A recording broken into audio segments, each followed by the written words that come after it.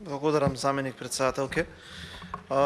Колку само за да ги подсетам сите оние кои што се приватни стопанственици во Република Македонија и стопанските комори за каков амандман расправаме, бараме да се обезбедат средства во висина од 1 милијарда денари за финансиска поддршка со цел покривање на 50% од трошоците за субвенционирање на електрична енергија на правни субјекти кои ја набавуваат на слободниот пазар на електрична енергија.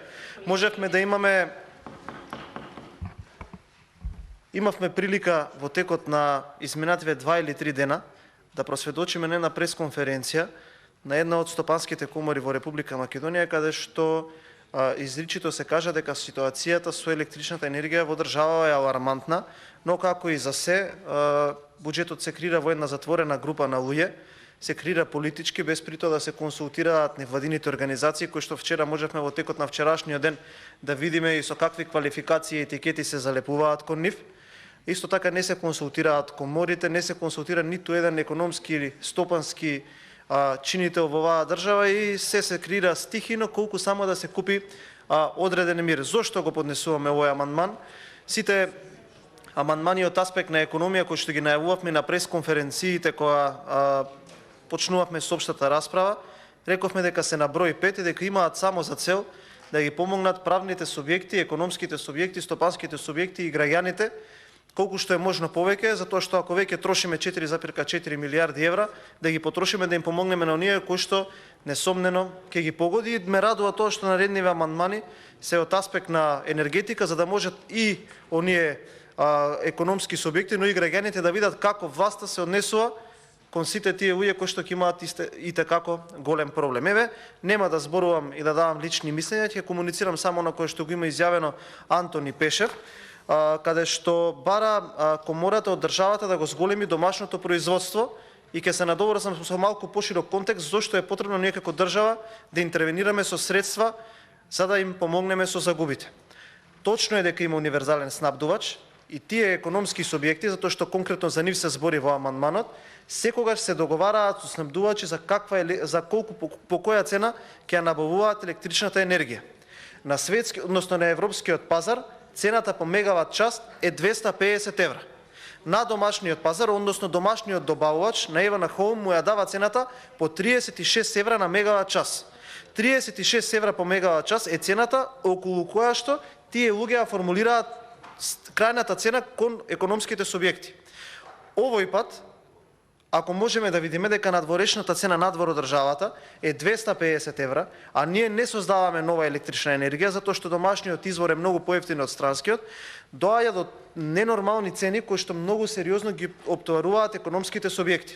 И сега имаме една нова ситуација, каде што сите економски субјекти кои што имаат подпишано договор со добавувачи им ги раскинуваат затоа што се подпишани по постара цена, ценава расте и имаат два избора.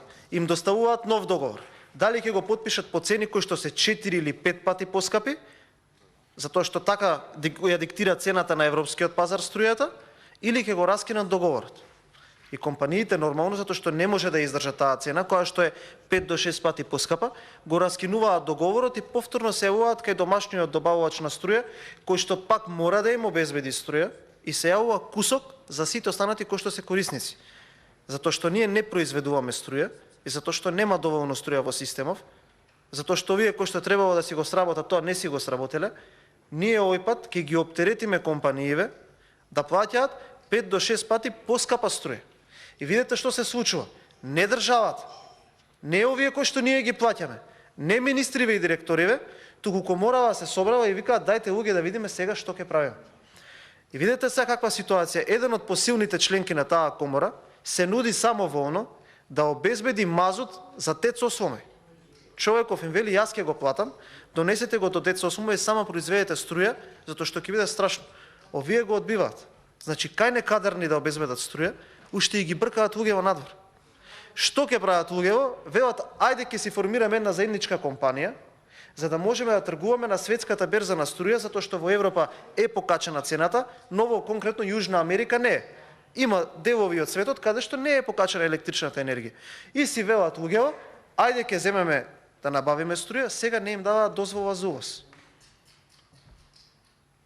Знаете ли кој не им дава дозвола за увоз? Оние кои што овој парламент ги гласаше мнозинство, кои што поима немаат ниту исполнуваат услови од Закон за енергетика, за да бидат во членови на регулаторна комисија за енергетика. И после ќе гледаме на видеа зашто се тепаат меѓу скопските ресторани, па како да не се тепаат? Кога се работи за тендери и за пари, само тоа е заедничкото ткиво каде што вие можете да се скарате, за ништо друго, и видовме како заврши. Ама тоа не ги интересира компаниите, ги интересира да добијат електрична енергија каде што ќе можат да прибавуваат профит. Еве вие излезете, затоа што вчера дури и мене ме фати незгодно, колишката велика 10 пати ве праша, кажете ја програмата, до ден денес не ја видовме каде е програмата. Секај вас завршува на програма, план за развој и стратегија. Тие се трите работи. Ништо конкретно нема. И добро е, многу е добро да ве видат граѓаните, и коморите, и физичките лица, како вие ноншалантно сега ќе излезете, па ќе напаѓате затоа што материјалите ви се спремни, како било во времето на режимот, па по која цена се ископувало, па како било, што било, тогаш 75% од домашните извори на енергија ги обезбедувало РЕК. Сега колку обезбедува РЕК? Што ќе им кажеме на оние компании кои што имаат можеби во своите капацитети и замрзнувачи? Тие се големи потрошувачи на електрична енергија, луѓето работат со храна. Имаат магазин, мора да обезбеди магазин за храната која што треба да биде замрзната за да ја продаде. Што ќе им кажеме на ние на тие луѓе? Се инатевте и така и за овие 4,5 милиарди денари, 65 милиони евра, па ви кажа колешката, за 17 дена 30 милиони евра. Кој ќе ги враќа тие пари? Како ќе обезбедиме ние средства? Еве, поблиску до нас е Албанија. Катастрофална ситуацијата со енергетиката. До сега луѓето имаат потрошено 250 милиони евра, а ќе потрошат отприлика 1 милиарда за наредните 6 месеци. Ама ќе потрошат затоа што имаат таму влада која што мисли на граѓаните. Што ќе правиме ние? Ноншалантно ќе ги одбиваме амандманиве, заради тоа што таму некаде имало програма, план или стратегија. Тие се трите работи. Хартија трпи се. Ништо конкретно за луѓе. Па ќе се собираат комориве, па ќе ги повикуваат ЕЛЕМ, ќе ги повикуваат МЕПСО, да ги прашуваат, абе луѓе, што правите, дајте нешто направете. Само вие издаја во држава последни не знаете дека имаме енергетски шок од цената за струја. Можеме, покажавме дека ако околу одредено прашање ја најдеме целоисходноста, да се обединиме и да го решиме проблемот. И затоа што на паузата некои колеги велат дека премногу била абстрактна дискусија, да ја направиме конкретна. Еве конкретна. 1 милиарда денари има и одставка. И каде, од што и зошто. И немојте да мислите дека ќе се извлечете од ова и дека туку така ајде ќе помине амандманска расправа, кој види и така ќе заврши. Жесток притисок ќе ви направи. Еве отворено ви кажам тука на сите пред цела јавност. Жесток притисок ќе ви направи. Затоа што луѓе во трпат, затоа што фирми ќе затворат. Затоа што 2 години си играте држава со целава корона, врска нема тоа што го донесовте, на никого не е помогнато, катастрофална ситуацијата е секаде. Ајде дека имавме здравствена, имаме и економска криза. Сега имаме енергетска. И кога ќе почне некој да раскаже какви кризи имаме у држава, само се редат епитетите. Нема криза каква што ние немаме у држава. Баталете ги тие програми и планови и стратегии, дајте да видиме конкретно да им помогнеме на луѓе. Зашто не е добра работа. И вие сте пратеници дока вас ќе дојат истиве работи. И тоа не го кажува Христијан Мицкоски, Бојан или било кој од ВМРО, тоа го кажуваат комориве. Еве, ајде да речеме едната комора, затоа што и такви работи слушнав во кампањава, била на сегашнава градоначалничка нели на Скопје. Ете, не кажа таа комора, кажа другава комора. Најстарата комора во државата. Таа комора ги кажа овие работи. Или на тие ќе им лепиме етикети се. Вакви биле, такви биле, па до кога ќе лепиме етикети на народ? Не знам дали приметувате во изминатиот период сите аргументи што ги давате, до кога ќе збориме за тоа, па ако не да ќутиме да не ве критикуваме. Па вакво било по опозицијско, па овој вртел, не вртел, ама тоа се фактите. Затоа ве замолувам, дајте да најдеме начин да го помогнеме на луѓето, затоа што ќе претрпат сериозни кризи.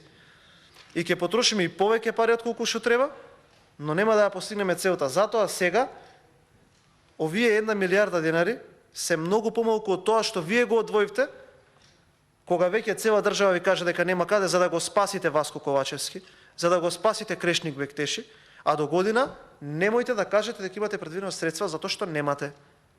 Фатмир Битики излажа кога кажа дека има средства. Затоа ве молам да се прифати овој амандман.